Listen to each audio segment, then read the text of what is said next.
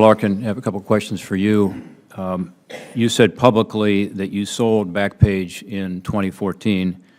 Who did you sell Backpage to? After consultation with counsel, I decline to answer your question based on the rights provided by the First and the Fifth Amendment. Back in 2014, it was reported that Backpage was sold to a mysterious Dutch entity. As you know, we now know that mysterious Dutch entity is actually Mr. Farrar, who's here today. We have uncovered that and also information that you and Mr. Larkin loaned him about $600 million to buy your company from you.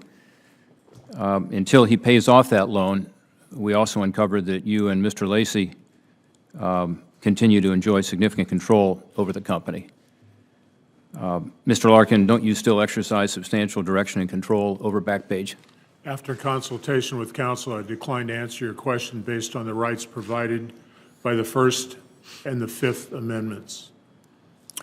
Okay, let's talk about the role that you and Mr. Lacey have played in the concealment practices we've reported on this morning. As you know, we've reviewed over 1 million pages of Backpage's internal documents now.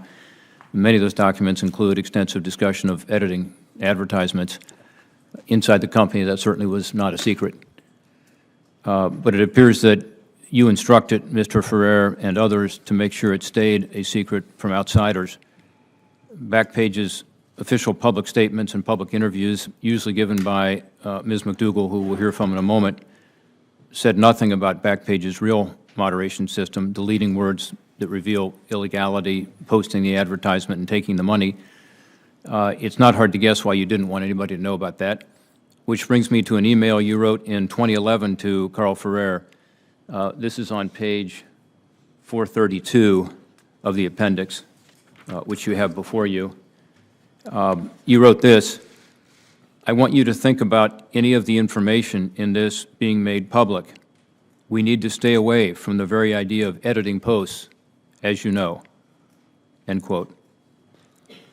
So, Mr. Larkin, is the reason you needed to, quote, stay away from the very idea of editing the posts, end quote, that you knew that editing posts means that you really don't have this protection under the Communications Decency Act, the immunity that you've been selling to courts all around the country, meaning that you could be sued and prosecuted for Backpage's conduct just like anyone else?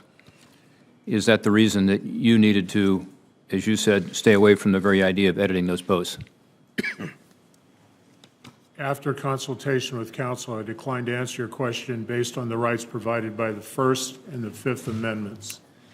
Mr. Larkin, is it your intention to invoke your Fifth Amendment privilege with respect to questions on any topic?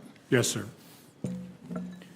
Again, the subcommittee respects that assertion of the Fifth Amendment, and on that basis, you'll be excused at the conclusion of this.